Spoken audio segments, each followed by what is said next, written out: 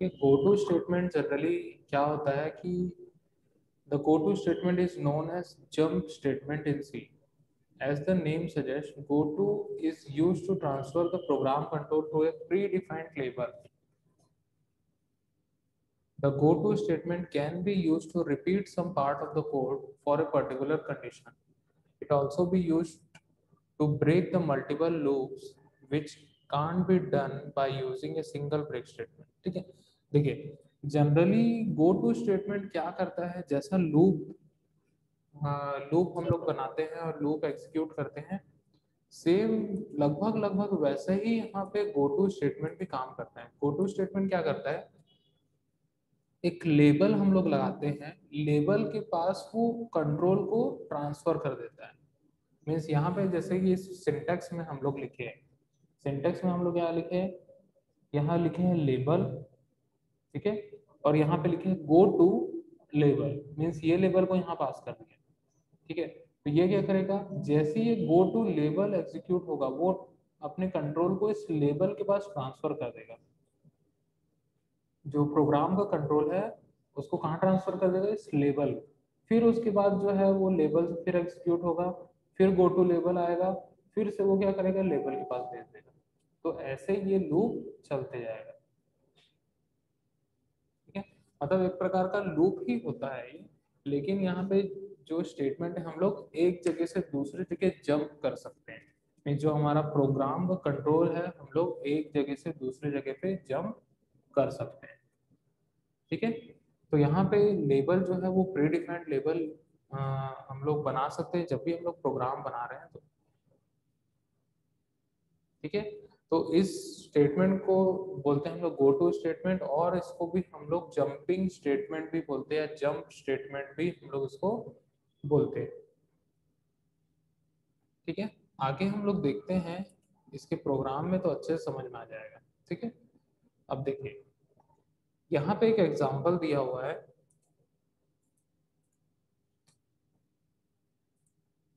इस एग्जांपल में हम लोग देखते हैं, यहाँ पे हम लोग लिखा void main, फिर उसके बाद हमने यहाँ पे एक वेरिएबल लिया है int num और एक और वेरिएबल लिया है i. ठीक है, यहाँ पे हमने दो वेरिएबल ले लिया, एक num और एक i. देन उसके बाद नेक्स्ट लाइन में हमने प्रिंट किया print enter the number whose table you want to print, whose table you want to print. Then उसके बाद क्या लिखे हैं हम लोग, scanf %d और %num. ठीक है, नंबर हमने इनपुट लिया. अब यहाँ पे हम लोग ने एक टेबल नाम का क्या बना दिया, एक लेबल बना दिया है. ये क्या है, एक लेबल है. ठीक है, देन उसके बाद प्रिंटफ हमने लिखा %d multiply by %d equal to %d. ठीक है, उस पर लिखे num comma i comma num multiply by i, और उसके बाद यहाँ पे लिखिए i plus plus. Means i की वैल्यू 1 से स्टार्ट हो रही है, फिर हम लोग इंक्रीमेंट कर रहे हैं, इंक्रीमेंट हम लोग कर रहे हैं. ठीक है, फिर उसके बाद एक कंडीशन हमने यहाँ पे लगाया, if i is less than equal to 10.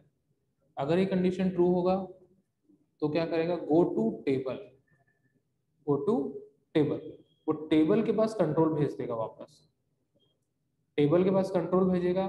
फिर क्या करेगा, प्रिंट एफ %d मीन्स जो यहाँ नम की वैल्यू है, नम जो हम लोग एंटर करिए, मान लेते हैं यहाँ पे नम की वैल्यू है 5. ठीक है, तो 5 मल्टीप्लाई बाई आई, आई की वैल्यू है 1. ठीक है, आई की value 1, 5 multiply by 1 equal to %d. इसका मतलब नम मल्टीप्लाई बाई आई क्या हो जाएगा, 5 हो जाएगा. ठीक है, तो जैसा हम लोग फॉर लूप से टेबल यहाँ पे जनरेट किए थे, सेम आउटपुट यहाँ पे हम लोग को मिलेगा. लेकिन यहाँ पे हम लोग क्या यूज किए हैं, गो टू हम लोग यहाँ पे यूज किए. ठीक है, तो i इक्वल टू 1 यहाँ पे स्टार्ट हो रहा है. हम लोग इसको एक एक करके रन करके देखते हैं तो और अच्छे से समझ में आ जाएगा. ठीक है, हम इसको क्या करते हैं, ड्राई रन करके देखते हैं.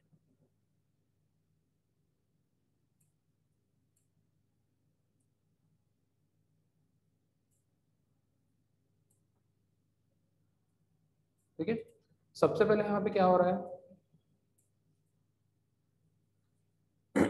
सबसे पहले यहाँ पे क्या हो रहा है, नम हम लोग एंटर कर, नम मान के चलो 5 मैंने एंटर कर लिया है, ठीक है।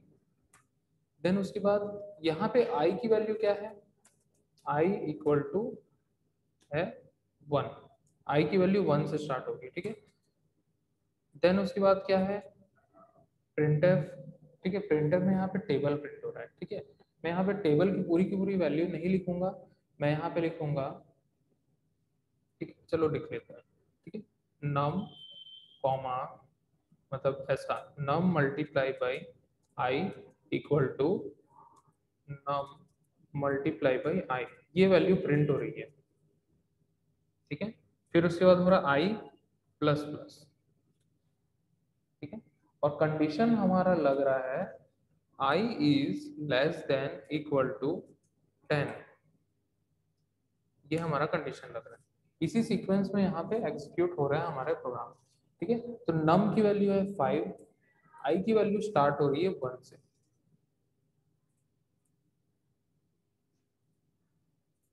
ठीक है। आई की वैल्यू स्टार्ट हो रही है 1 से। अब आई की वैल्यू 1 है, नम है 5, 5 मल्टीप्लाई बाई 1 इक्वल टू क्या हो जाएगा, 5 हो जाएगा, ये हो गया। अब उसके बाद यहाँ पे आई की वैल्यू इंक्रीमेंट होगी, ठीक है। ये वाला स्टेटमेंट एग्जीक्यूट होगा, आई की वैल्यू इंक्रीमेंट होगी, ठीक है। आई की वैल्यू 1 से क्या हो जाएगी, 2 हो जाएगी, ठीक है। अब यहाँ पे चेक करेगा 2 is less than equal to 10, ठीक है। यहाँ पे हम लोग इफ स्टेटमेंट लिखे हैं, if I is less than equal to 10 means 2 is less than equal to 10।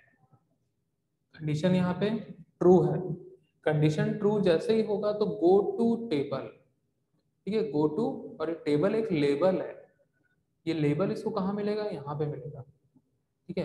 Go to table, सीधा कंट्रोल कहाँ भेज देगा, यहाँ पे भेज देगा, टेबल, ठीक है। फिर उसके बाद जो वापस से जो स्टेटमेंट है वो फिर से एग्जीक्यूट होगा, ठीक है। तो यहाँ पे आई की वैल्यू क्या है, 2 है, ठीक है। 5, नम की वैल्यू है 5 मल्टीप्लाई बाई 2 इक्वल टू 10, ठीक है। देन उसके बाद यहाँ पे क्या आ गया, आई प्लस प्लस, आई प्लस प्लस 2 से क्या हो जाएगा, 3 हो जाएगा, ठीक है। फिर उसके बाद 3 is less than equal to 10, ठीक है।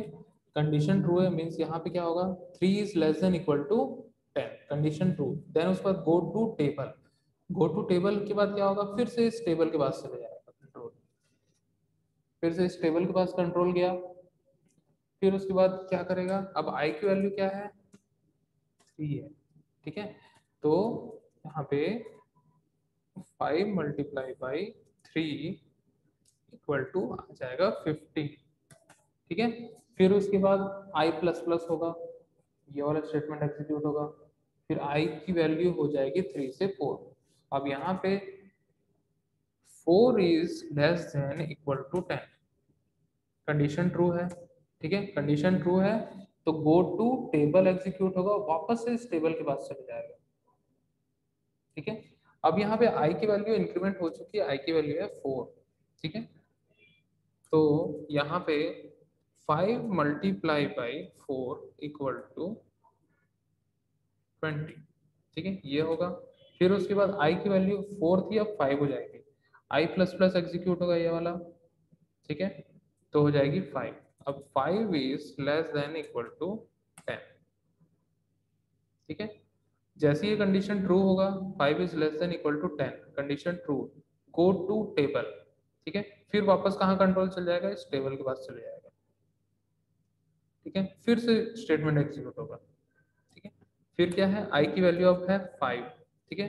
फिर से ये वाला प्रिंटफ स्टेटमेंट एग्जीक्यूट होगा, क्या होगा, 5 मल्टीप्लाई बाई 5 इक्वल टू 25 हो जाएगा, ठीक है। फिर उसके बाद आई प्लस प्लस हो जाएगा 6, 6 is less than equal to 10, ठीक है। कंडीशन ट्रू है, जैसी कंडीशन ट्रू होगा गो टू टेबल, ठीक है, टेबल के पास जाएगा, फिर से कंट्रोल, और फिर से लूप चलेगा, मतलब जो हमारा स्टेटमेंट है फिर से एग्जीक्यूट होगा। आई की वैल्यू अब हो जाएगी 6, ठीक है। 5 मल्टीप्लाई बाई 6 इक्वल टू 30, ये हुआ, ठीक है। अब यहाँ पे वैल्यू इंक्रीमेंट होगी और हो जाएगी 7, 7 is less than equal to 10। ठीक है, कंडीशन ट्रू है। ठीक है, फिर से एग्जीक्यूट होगा, गो टू टेबल। ठीक है, टेबल के पास आ जाएगा, फिर से एग्जीक्यूट होगा। यहाँ पे हो गया 7। ठीक है, 7 हुआ, 5 multiply by 7 equal to 35।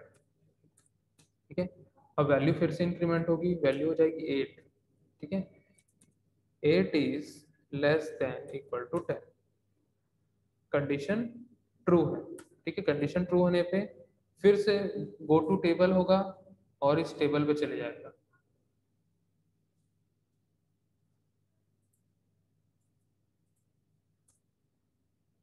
Table पे चले जाएगा, फिर उसके बाद अब 7 थी, अब वैल्यू 8 है। ठीक है, 5 मल्टीप्लाई बाई 8 इक्वल टू 40।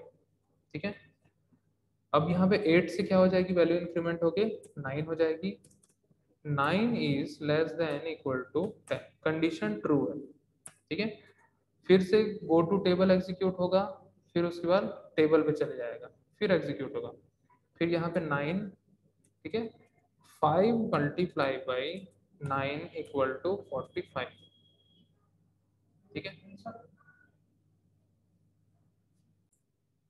ठीक है, वैल्यू इंक्रीमेंट 9 से हो जाएगी 10। ठीक है, 10 is less than equal to 10। Condition अभी भी ट्रू है। ये वाली कंडीशन ट्रू होगी तो गो टू टेबल, फिर से इस टेबल के पास चले जाएगा और वापस से स्टेटमेंट एग्जीक्यूट करेगा। अब आई की वैल्यू है 10। ठीक है, 5 is multiply by 10 equal to आ जाएगा 50। ठीक है, अब आई प्लस प्लस होगा तो वैल्यू हो जाएगी 11। 11 is less than equal to 10। अब यहाँ पे कंडीशन क्या हो जाएगा, फॉल्स हो जाएगा।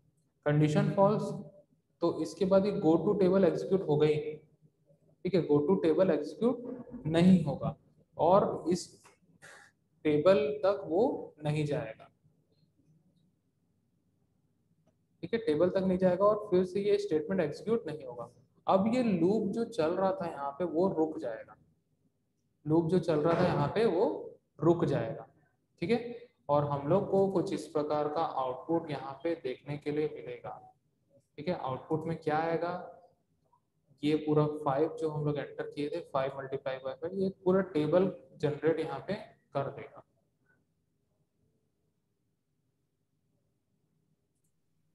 ओके, नेस्टेड लूप्स इन सी। ठीक है, C supports nesting of loops in C. Nesting of loops is a feature in C that allows the looping of statement inside another loop. अब देखिए, नेस्टेड लूप्स यहाँ पे क्या होते हैं, हम लोग ने अभी तक फॉर लूप पढ़ा, वाइल लूप पढ़ा, डू वाइल लूप पढ़ा। ठीक है, हमने लूप लिखा, उसके अंदर एक दो स्टेटमेंट्स लिख दिया और उसको एग्जीक्यूट कर दिया। ठीक है, अब हम लोग क्या कर सकते हैं कि एक लूप के अंदर दूसरा लूप भी ले सकते हैं। एक लूप के अंदर हम लोग दूसरा लूप भी ले सकते हैं। ठीक है, इसी को बोलते हैं हम लोग नेस्टेड लूप्स। ठीक है, एक लूप के अंदर दूसरा लूप। ठीक है, any number of loops can be defined inside another loop, that is there is no restriction for defining any number of loops. ठीक है, हम लोग एक लूप के अंदर दूसरा लूप ले सकते हैं, दूसरे के अंदर तीसरा लूप ले सकते हैं, तीसरे के अंदर चौथा लूप ले सकते हैं। हम लोग एनी नंबर ऑफ लूप्स यहाँ पे ले सकते हैं एक के अंदर। ठीक है, तो यहाँ पे इसका सिंटेक्स में हम लोग देखते हैं। ठीक है, सिंटेक्स में यहाँ पे देखो, आउटर लूप है, ये आउटर लूप। ठीक है, आउटर लूप मीन्स यहाँ पे हम लोग या तो फॉर लूप ले सकते हैं, वाइल लूप ले सकते हैं, डू वाइल लूप ले सकते हैं। तीनों लूप हम लोग ले सकते हैं, तीनों का सिंटेक्स ऐसा ही होता है। यहाँ पे आउटर लूप, ठीक है, ये आउटर लूप के अंदर में ये इनर लूप है। ठीक है, आउटर लूप है मीन्स जैसे मान के चलो फॉर है। ठीक है, फॉर लूप हमने ले लिया है और इसके अंदर भी एक फॉर लूप ले लिया। ठीक है, तो इसी को बोलते हैं हम लोग नेस्टेड लूप। ठीक है, नेस्टेड का मतलब होता है कि एक लेवल हम लोग दूसरे लेवल, मतलब एक आउटर लेवल है उसके अंदर एक इनर लेवल हम लोग लेते हैं। मीन्स एक बाहर वाला लूप है, उसके अंदर हम लोग एक और लूप ले लिए, इसको हम लोग बोलते हैं नेस्टेड लूप। मीन्स एक लूप के अंदर दूसरा लूप। ठीक है,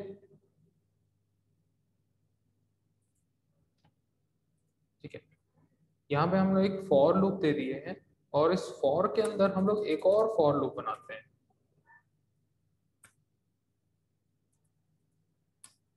ठीक है, इस प्रकार से। तो ये क्या हो जाएगा, नेस्टेड फॉर लूप हो जाएगा। इसको हम लोग बोलेंगे नेस्टेड फॉर लूप। ठीक है, एक फॉर लूप के अंदर हम लोग दूसरा फॉर लूप बनाते हैं। ठीक है, वैसे ही हम लोग नेस्टेड वाइल लूप में यहाँ पे हम लोग एक बार लिखे वाइल, ठीक है, कंडीशन दिए, और इस टाइप का हम लोग लूप बॉडी बनाए, और इसके अंदर हम लोग एक और वाइल हम लोग दे सकते हैं। ठीक है, तो ये बन गया nested while loop, nested while loop. ठीक है, एक वाइल के अंदर दूसरा वाइल। ठीक है, अगर हम लोग डू वाइल लूप की बात करें तो यहाँ पे भी नेस्टेड डू वाइल लूप।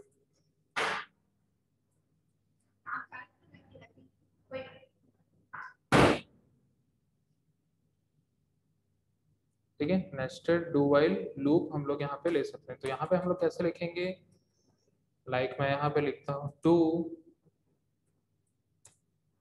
इस प्रकार का ब्रैकेट हम लोग लगाएंगे और लिखेंगे वाइल, और यहाँ कंडीशन हम लोग देते हैं।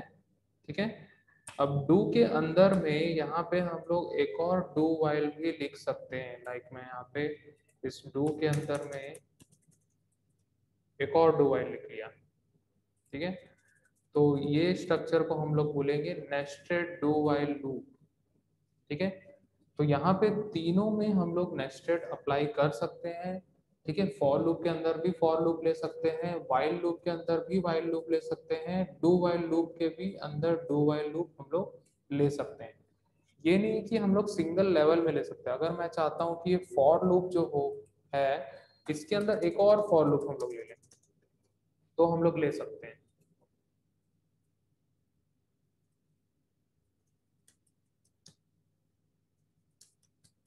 ठीक है, हम लोग कितने भी अंदर तक जा सकते हैं, मीन्स हम लोग चाहे तो इसके अंदर एक और फॉर लूप भी ले सकते हैं। ठीक है, तो इस प्रकार से हम लोग क्या कर सकते हैं, नेस्टेड लूप्स बना सकते हैं। ठीक है, अभी नेस्टेड लूप वर्क कैसे करेगा वो हम लोग देखते हैं। ठीक है,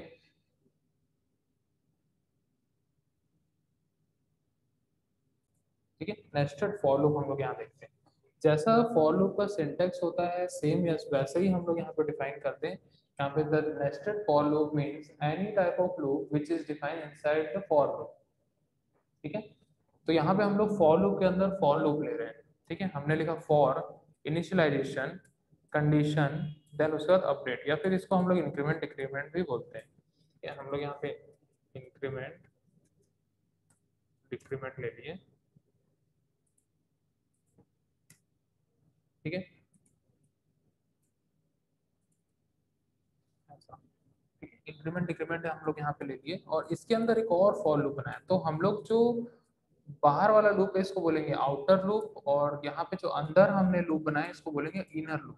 ठीक है, इनर लूप जो होगा वो अंदर वाले लूप से चलेगा। इनर वाले स्टेटमेंट्स जो होंगे वो अंदर वाले लूप के अंदर लिखे जाएंगे, और इस इनर वाले लूप के बाहर जो स्टेटमेंट्स लिखे जाएंगे वो कौन ऑपरेट करेगा, आउटर वाला लूप करेगा। ठीक है, तो आउटर लूप के अंदर हम लोग एक इनर लूप बनाए हैं, और इनर लूप के अंदर हम लोग कुछ स्टेटमेंट्स को एग्जीक्यूट करेंगे। ठीक है, तो यहाँ पे हम लोग देखते हैं एक एग्जांपल, इससे और अच्छे से समझ में आएगा हमें नेस्टेड फॉर लूप। ठीक है, अब यहाँ पे हम लोग देखते हैं।